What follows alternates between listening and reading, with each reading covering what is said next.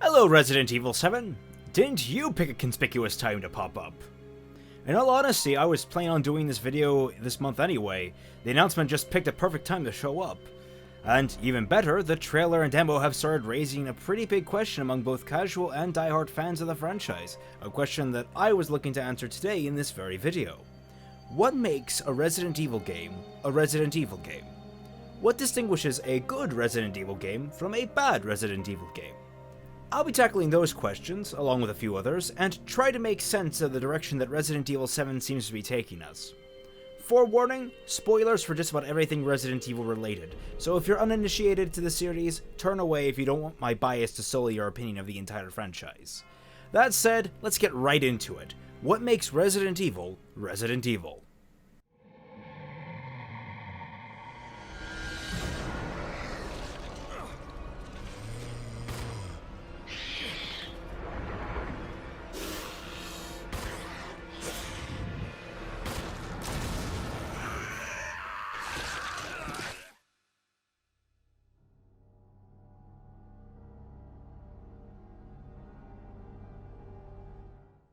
Pinning down what elements of a franchise make it work is a tricky question. Get too specific and all you'll ever get are carbon copies in the sequels. Get too broad and you'll get games that have almost nothing in common with the original. It's a very ambiguous metric that is open entirely to subjective influence. To this end, I've tried to nail down a few areas where key elements of the Resident Evil games shine through. Gameplay, setting, and tone. The gameplay of a Resident Evil game is often the first and most noticeable aspect of the games themselves. The earliest games in the franchise took the 10 controls presented in the original Alone in the Dark and perfected them down to a T, limiting a player's movement while also creating a definitive sense of weight with each character. This created exploration where the goal was to explore and carefully examine each chunk of a room before proceeding. Likewise, combat was made more hectic as tougher opponents became more nimble and dangerous, forcing the players to learn every in and out of character hitboxes and how to utilize every tool in their inventory. Speaking of inventory space, item management was always a key focus of playing any of the older games, with key items, weapons, and medical items taking up the same space. This forced the player to try and strategize ahead of time, to try and predict what might attack them further down the line and understand what puzzle pieces they had at their disposal. Puzzles, as well, were always a secondary draw of the series' gameplay, with convoluted brain scratchers scattered throughout the world of each game, mixed in with a healthy dose of backtracking, which played into a need to avoid more dangerous threats or eliminate them to create a clear path. This brings me right to the idea of setting in the Resident Evil universe, which serves as the bridging point between the series' tone and its gameplay. The obvious key with Resident Evil franchise when it comes to setting is the fact that each game takes place in the same continuity with each other, with elements of each game coming back in subsequent sequels to be further explored down the line. Along with this comes the consistency with the layout of each game and how it's devised. Each game is developed around a series of safe havens that are stretched out over a length of hostile territory. Within these hostile hotbeds are shortcuts and puzzles that will help you progress further into the map and reward you with weapons, ammo, health items, and so on. Particular segments of each game are capped with boss fights that often lead to the next large sprawling area where the cycle of exploration, searching, fighting, and puzzle solving repeats itself. During all of this, you and your character are systematically picking up notes and documents that help clear up details about the world around you, the few people you actually interact with, and what exactly is going on that's causing so much havoc. In every game, you're the lone survivor picking through the ruins of some disastrous event, trying to piece together why there's been an outbreak, who exactly has been affected by it, where it might spread, or if there might be some way to stop it. Which leads me right into subject number 3, the tone of each game. Resident Evil has always maintained a series of key tonal traits that have persisted throughout the generations. First and foremost is a sense of isolation, with the player cut off from any means of help.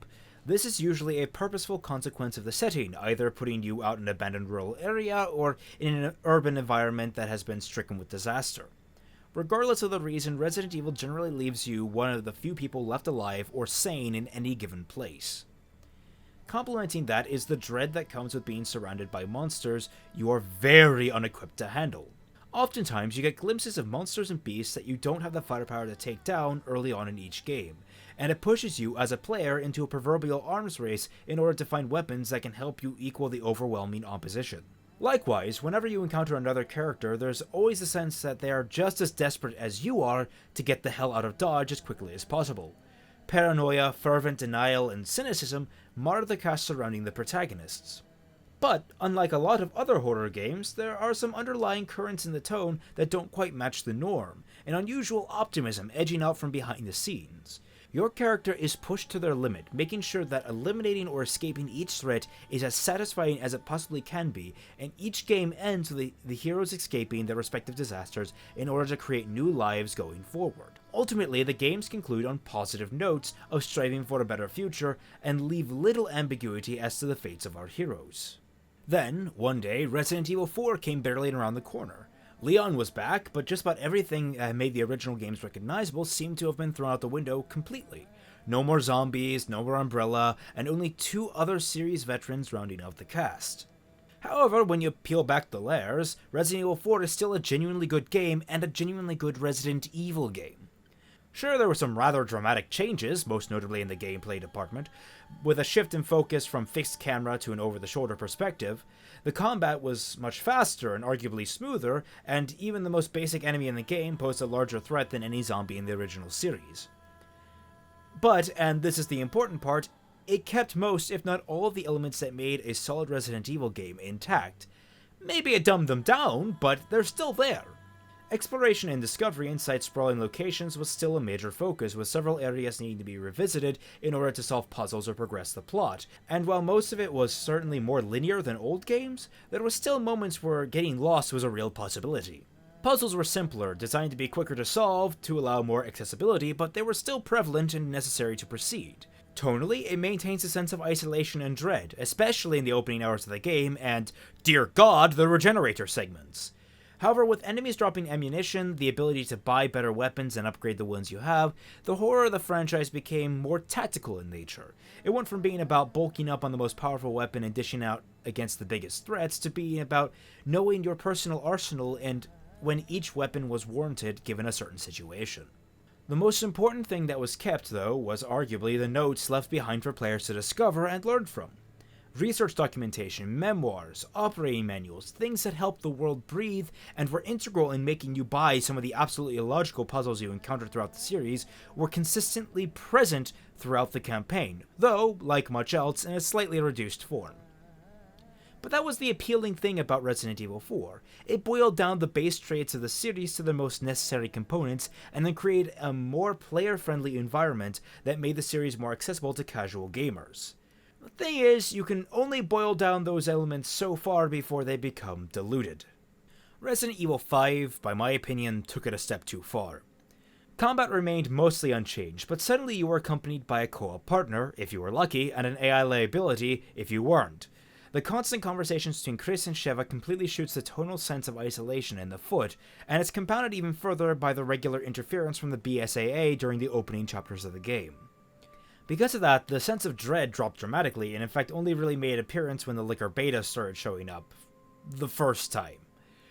The game was almost completely linear because it needed to pander to cooperative play, and because players don't like waiting around for people to read papers, notes and other similar world-building tools were trimmed down to a formality on the checklist. There was only ever one note I can actually remember being interesting in that game, and that was possibly only added in an effort to hand-wave away racism. The one gameplay function that suffered the most had to be the typewriter save points, which are no longer present in the slightest. Now the game functions solely on checkpoints, allowing players to ram their heads against walls of enemies over and over again without worrying about the consequences. But if Resident Evil 5 was bad, Resident Evil 6 was worse. Gone was any sense of weight to the gameplay, gone was anything to do with isolation in a dangerous situation. Now it's all action, jumps, and stunts. You can make an argument for 5 still having elements that isolate the player on the regular, and even having a few encounters of dread, but Resident Evil 6 threw out the window. Item management was all but a formality at this point, linear movement became the norm, and I can't even remember a single document I came across as I played. Resident Evil had effectively become an action series with horror elements as opposed to a horror series with action elements, or the balance of the two that was Resident Evil 4. What was gained in greater accessibility came at the cost of series consistency. But now? Fans seem to be rather wary of Resident Evil 7 thanks to its shift in perspective, tone, and even possibly the nature of the paranormal events the game focuses around. Not to mention its similarities to the Silent Hills PT demo are unmistakable, and it's definitely not hard to see how Capcom is trying to capitalize on the ball that Konami dropped harder than a fucking hand grenade last year. The odd thing to me, though, is that the elements that people are wary of aren't necessarily foreign concepts to Resident Evil. People often forget that the original Resident Evil, yes, the 1996 Resident Evil, was supposed to be a first-person shooter game. That idea was only scrapped because it didn't function well with what they could work with at the time, so they had to go with a fixed third-person camera route, which became synonymous with survival horror back in its heyday. Likewise, a serious, dour, and almost psychological tone aren't new either. Does anyone else remember the original gameplay snippets we got for Resident Evil 4? You know, the ones with the horrifying baby mannequin monsters that you had to burn with fire to kill? While those elements didn't make it into the final games, they were still attempted because the creators felt like there was potential there to tell a Resident Evil story through them. The things that they are changing in Resident Evil 7 don't seem to be the things that make a Resident Evil game a Resident Evil game. Careful exploration and observation seem to be coming back full force, with environmental storytelling returning from the original line of games. Inventory management seems to be coming back to its roots, with weapons and key items taking up the same inventory space. Notes and recordings are also coming back as necessary clues for both puzzles in the game and unearthing what is going on around the world. All in all, the only thing we haven't seen demonstrated, at least in actual application, is the combat, which by every indication will be slow and intense as opposed to quick and forgetful. So do I have high hopes for Resident Evil 7? Yes. Am I tapering them? Yes. This wouldn't be the first time a game company has pulled a fast one on us gamers. But with the generally positive reception circulating around the internet, I am hopeful Capcom will stay the course and deliver the Resident Evil experience we've all been waiting on for the last 7 years. But that's only my opinion. Please feel free to leave your own thoughts down in the comments below, so long as they're said in a calm and genial manner. I've been Raymond McNeil.